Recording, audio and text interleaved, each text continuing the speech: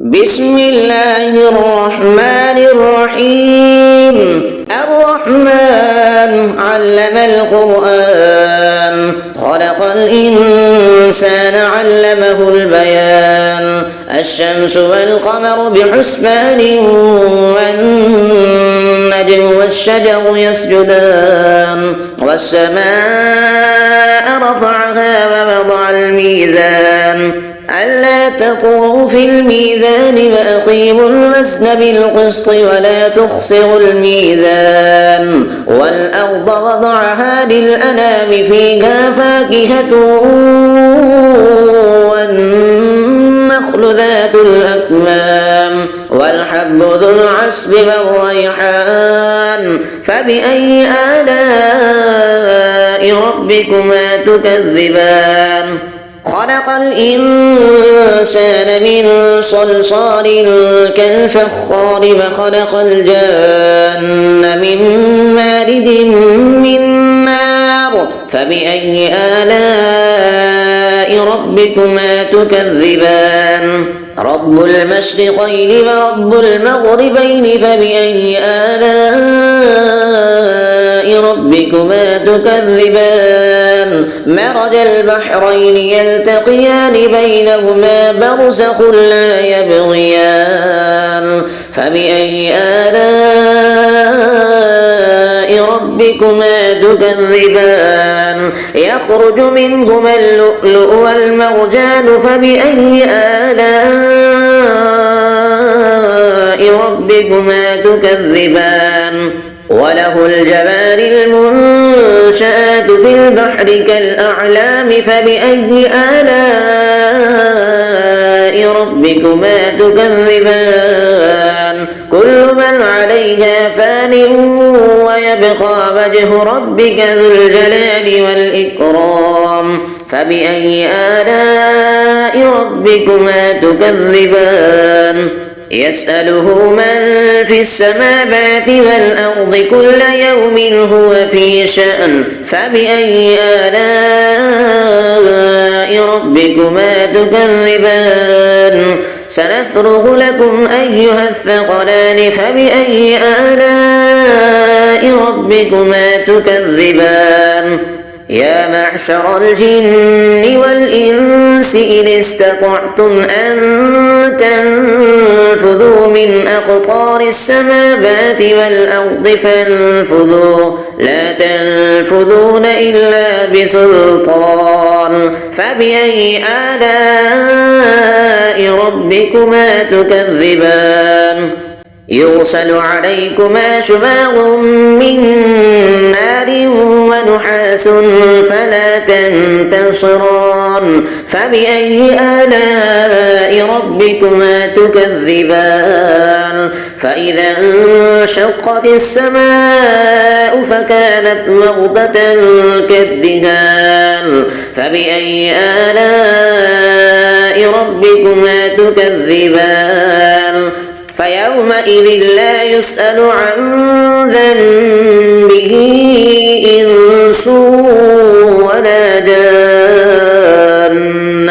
فبأي آلاء ربكما تكذبان؟ يعرف المجرمون بسيماهم فيؤخذ بالنواصي والأقدام. فبأي آلاء ربكما تكذبان؟ هذه جهنم التي يكذب بها المجرمون. يطوفون بينها وبين حميم آن.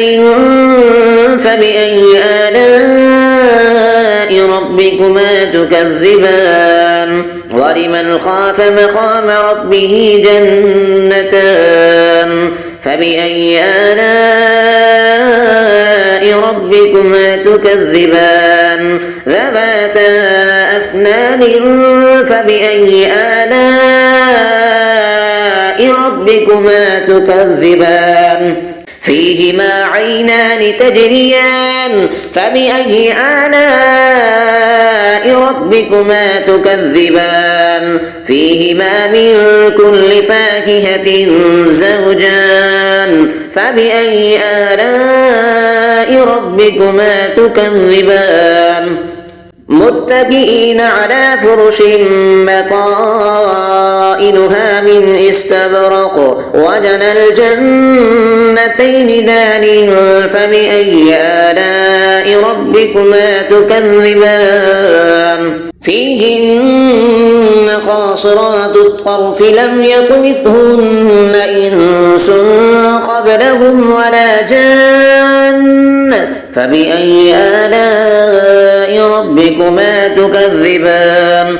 كأنهن الياقوت والمرجان فبأي آلاء ربكما تكذبان هل جزاء الإحسان إلا الإحسان فبأي آلاء ربكما تكذبان ومن دونهما جنتان فبأي آلاء ربكما تكذبان مدهامتان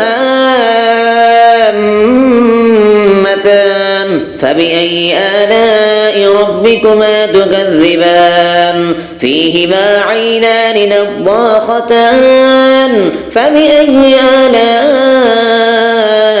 ربكما تكذبان فيهما فاكهة ونخل ورمان فبأي آلاء ربكما تكذبان فيهن خيرات حسان فبأي آلاء ربكما تكذبان حور مقصورات في القيام فبأي آلاء ربكما تكذبان لم يطمثهن إنس قبلهم ولا جان فبأي آلاء ربكما تكذبان متكئين على رفرف خضر وعبقري حسان فبأي آلاء ربكما تكذبان تبارك اسم ربك ذي الجلال والإكرام صدق الله العظيم بسم الله الرحمن الرحيم ياسين والقرآن الحكيم إنك لمن المرسلين على صراط مستقيم تنزيل العزيز الرحيم لتنذر قوما ما أنذر آباؤهم فهم غافلون لقد حق القول على أكثرهم فهم لا يؤمنون إنا جعلنا في أعناقهم أغلالا فهي إلى الأذقان فهم مقمحون وجعلنا من بين أيديهم سدا ومن خلفهم سدا فأغشيناهم فهم لا يبصرون وسواء عليهم أنذرتهم أم لم تنذرهم لا يؤمنون إنما تنذر من اتبع الذكر وخشي الرحمن بالغيب فبشره بمغفرة وأجر كريم إنا نحن نحيي الموتى ونكتب ما قدموا وآثارهم وكل شيء أحصيناه في إمام مبين واضرب لهم مثلا أصحاب القرية إذ جاءها المرسلون إذ أرسلنا إليهم اثنين فكذبوهما فعززنا بثالث فقالوا إنا إليكم مرسلون قالوا ما أنتم إلا بشر مثلنا وما أنزل الرحمن من شيء إن أنتم إلا تكذبون قالوا ربنا يعلم إنا إليكم لمرسلون وما علينا إلا البلاغ المبين قالوا إنا تطيرنا بكم لئن لم تنتهوا لنرجمنكم وليمسنكم منا عذاب أليم قالوا طائركم معكم أئن ذكرتم بل أنتم قوم مسرفون وجاء من أقصى المدينة رجل يسعى قال يا قوم اتبعوا المرسلين اتبعوا من لا يسألكم أجرا وهم مهتدون وما لي لا أعبد الذي فطرني وإليه ترجعون أأتخذ من دونه آلهة إن يردني الرحمن بضر لا تغن عني شفاعتهم شيئا ولا ينقذون إني إذا لفي ضلال مبين إني آمنت بربكم فاسمعون قيل ادخل الجنة قال يا ليت قومي يعلمون بما غفر لي ربي وجعلني من المكرمين وما أنزلنا على قومه من بعده من جند من السماء وما كنا منزلين إن كانت إلا صيحة واحدة فإذا هم خامدون يا حسرة على العباد ما يأتيهم من رسول إلا كانوا به يستهزئون ألم يروا كم أهلكنا قبلهم من القرون أنهم إليهم لا يرجعون وإن كل لما جميع لدينا محضرون وآية لهم الأرض الميتة أحييناها وأخرجنا منها حبا فمنه يأكلون وجعلنا فيها جنات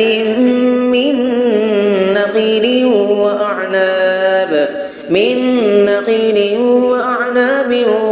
وفجرنا فيها من العيون ليأكلوا من ثمره وما عملته أيديهم أفلا يشكرون سبحان الذي خلق الأزواج كلها مما تنبت الأرض ومن أنفسهم ومما لا يعلمون وآية لهم الليل نسلخ منه النهار فإذا هم مظلمون والشمس تجري لمستقر لها ذلك تقدير العزيز العليم والقمر قدرناه منازل حتى عاد كالعرجون القديم لا الشمس ينبغي لها أن تدرك القمر ولا الليل سابق النهار وكل في فلك يسبحون وآية لهم أنا حملنا ذريتهم في الفلك المشحون وخلقنا لهم من مثله ما يركبون وإن نشأ نغرقهم فلا صريخ لهم ولا هم ينقذون إلا رحمة منا ومتاعا إلى حين وإذا قيل لهم اتقوا ما بين أيديكم وما خلفكم لعلكم ترحمون وما تأتيهم من آية من آيات ربهم إلا كانوا عنها معرضين وإذا قيل لهم أنفقوا مما رزقكم الله قال الذين كفروا للذين آمنوا أنطعم من لو يشاء الله أطعمه إن أنتم إلا في ضلال مبين ويقولون متى هذا الوعد إن كنتم كنتم صادقين ما ينظرون إلا صيحة واحدة تأخذهم وهم يخصمون فلا يستطيعون توصية ولا إلى أهلهم يرجعون ونفخ في الصور فإذا هم من الأجداث إلى ربهم ينسلون قالوا يا ويلنا من بعثنا من مرقدنا هذا ما بعد الرحمن وصدق المرسلون إن كانت إلا صيحة واحدة فإذا هم جميع لدينا محضرون فاليوم لا تظلم نفس شيئا ولا تجزون إلا ما كنتم تعملون إن أصحاب الجنة اليوم في شغل فاكهون هم وأزواجهم في ظلال على الأرائك متكئون لهم فيها فاكهة ولهم ما يدعون سلام قولا من رب رحيم وامتازوا اليوم أيها المجرمون ألم أعهد إليكم يا بني آدم ألا تعبدوا الشيطان إنه لكم عدو مبين وأن اعبدوني هذا صراط مستقيم ولقد أضل منكم جبلا كثيرا أفلم تكونوا تعقلون هذه جهنم التي كنتم توعدون اصلوها اليوم بما كنتم تكفرون اليوم نختم على أفواههم وتكلمنا أيديهم وتشهد أرجلهم بما كانوا يكسبون ولو نشاء لطمسنا على أعينهم فاستبقوا الصراط فأنى يبصرون ولو نشاء لمسخناهم على مكانتهم فما استطاعوا مضيا ولا يرجعون ومن نعمره ننكسه في الخلق أفلا يعقلون وما علمناه الشعر وما ينبغي له إن هو إلا ذكر وقرآن مبين لينذر من كان حيا ويحق القول على الكافرين أفلم يروا أنا خلقنا لهم مما عملت أيدينا أنعاما فهم لها مالكون وذللناها لهم فمنها ركوبهم ومنها يأكلون ولهم فيها منافع ومشارب أفلا يشكرون واتخذوا من دون الله آلهة لعلهم ينصرون لا يستطيعون نصرهم وهم لهم جند محضرون فلا يحزنك قولهم إنا نعلم ما يسرون وما يعلنون أفلم يرى الإنسان أنا خلقناه من نطفة فإذا هو خصيم مبين فضرب لنا مثلا ونسي خلقه قال من يحيي العظام وهي رميم قل يحييها الذي أنشأها أول مرة وهو بكل خلق عليم الذي جعل لكم من الشجر الأخضر نارا فإذا أنتم منه توقدون أفليس الذي خلق السماوات والأرض بقادر على أن يخلق مثلهم بلى وهو الخلاق العليم إنما أمره إذا أراد شيئا أن يقول له كن فيكون فسبحان الذي بيده ملكوت كل شيء وإليه ترجعون صدق الله العظيم. بسم الله الرحمن الرحيم. الرحمن علم القرآن خلق الإنسان علمه البيان الشمس والقمر بحسبان والنجم والشجر يسجدان والسماء رفعها ووضع الميزان ألا تطغوا في الميزان وأقيموا الوزن بالقسط ولا تخسروا الميزان والأرض وضعها للأنام فيها فاكهة والنخل ذات الأكمام والحب ذو العصف والريحان فبأي آلاء ربكما تكذبان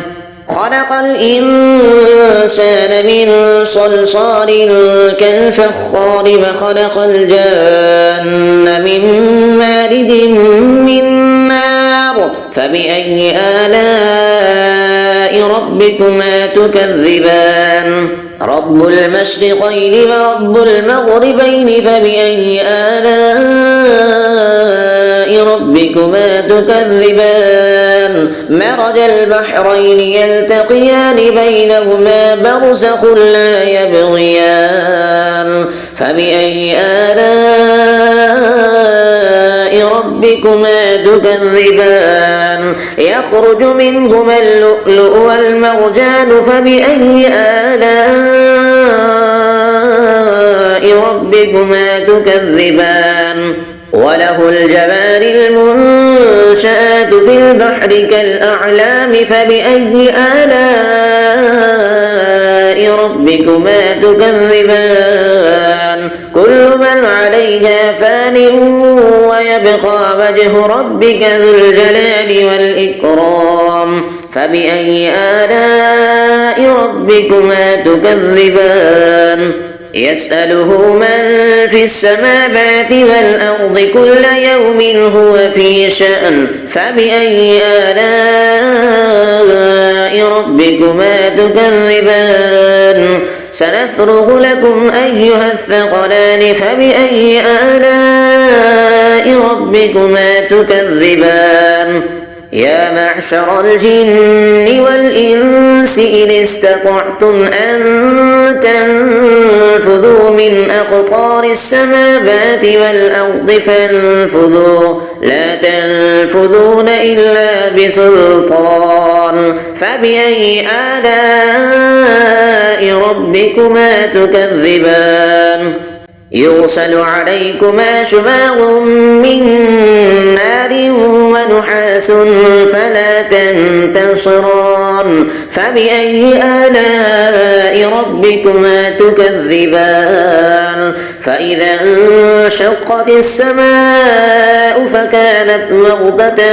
كالدهان فبأي آلاء ربكما تكذبان فيومئذ لا يسأل عن ذنبه إنس ولا جان فبأي آلاء ربكما تكذبان يعرف المجرمون بسيماهم فيؤخذ بالنواصي والأقدام فبأي آلاء ربكما تكذبان هذه جهنم التي يكذب بها المجرمون يطوفون بينها وبين حميم آن فبأي آلاء ربكما تكذبان ولمن خاف مقام ربه جنتان فبأي آلاء ربكما تكذبان ذواتا أفنان فبأي آلاء ربكما تكذبان فيهما عينان تجريان فبأي آلاء ربكما تكذبان فيهما من كل فاكهة زوجان فبأي آلاء ربكما تكذبان متكئين على فرش بطائنها من استبرق وجنى الجنتين دان فبأي آلاء ربكما تكذبان فيهن قاصرات الطرف لم يطمثهن إنس قبلهم ولا جان فبأي آلاء ربكما تكذبان كأنهن الياقوت والمرجان فبأي آلاء ربكما تكذبان هل جزاء الإحسان إلا الإحسان فبأي آلاء ربكما تكذبان ومن دونهما جنتان فبأي آلاء ربكما تكذبان مدهامتان فبأي آلاء ربكما تكذبان فيهما عينان نضاختان فبأي آلاء ربكما تكذبان فيهما فاكهة ونخل ورمان فبأي آلاء ربكما تكذبان فيهن خيرات حسان فبأي آلاء ربكما تكذبان حور مقصورات في القيام فبأي آلاء ربكما تكذبان لم يطمثهن إنس قبلهم ولا جان فبأي آلاء ربكما تكذبان متكئين على رفرف خضر وعبقري حسان فبأي آلاء ربكما تكذبان تبارك اسم ربك ذي الجلال والإكرام صدق الله العظيم. بسم الله الرحمن الرحيم ياسين والقرآن الحكيم إنك لمن المرسلين على صراط مستقيم تنزيل العزيز الرحيم لتنذر قوما ما أنذر آباؤهم فهم غافلون لقد حق القول على أكثرهم فهم لا يؤمنون إنا جعلنا في أعناقهم أغلالا فهي إلى الأذقان فهم مقمحون وجعلنا من بين أيديهم سدا ومن خلفهم سدا فأغشيناهم فهم لا يبصرون وسواء عليهم أنذرتهم أم لم تنذرهم لا يؤمنون إنما تنذر من اتبع الذكر وخشي الرحمن بالغيب فبشره بمغفرة وأجر كريم إنا نحن نحيي الموتى ونكتب ما قدموا وآثارهم وكل شيء أحصيناه في إمام مبين واضرب لهم مثلا أصحاب القرية إذ جاءها المرسلون إذ أرسلنا إليهم اثنين فكذبوهما فعززنا بثالث فقالوا إنا إليكم مرسلون قالوا ما أنتم إلا بشر مثلنا وما أنزل الرحمن من شيء إن أنتم إلا تكذبون قالوا ربنا يعلم إنا إليكم لمرسلون وما علينا إلا البلاغ المبين قالوا إنا تطيرنا بكم لئن لم تنتهوا لنرجمنكم وليمسنكم منا عذاب أليم قالوا طائركم معكم أئن ذكرتم بل أنتم قوم مسرفون وجاء من أقصى المدينة رجل يسعى قال يا قوم اتبعوا المرسلين اتبعوا من لا يسألكم أجرا وهم مهتدون وما لي لا أعبد الذي فطرني وإليه ترجعون أأتخذ من دونه آلهة إن يردني الرحمن بضر لا تغن عني شفاعتهم شيئا ولا ينقذون إني إذا لفي ضلال مبين إني آمنت بربكم فاسمعون قيل ادخل الجنة قال يا ليت قومي يعلمون بما غفر لي ربي وجعلني من المكرمين وما أنزلنا على قومه من بعده من جند من السماء وما كنا منزلين إن كانت إلا صيحة واحدة فإذا هم خامدون يا حسرة على العباد ما يأتيهم من رسول إلا كانوا به يستهزئون ألم يروا كم أهلكنا قبلهم من القرون أنهم إليهم لا يرجعون وإن كل لما جميع لدينا محضرون وآية لهم الأرض الميتة أحييناها وأخرجنا منها حبا فمنه يأكلون وجعلنا فيها جنات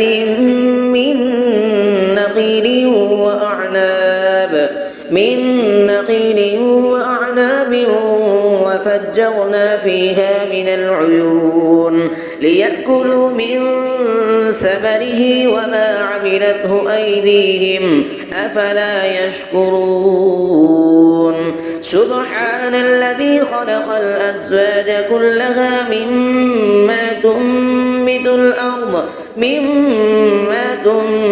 الأرض ومن أنفسهم ومما لا يعلمون وآية لهم الليل نسلخ منه النهار فإذا هم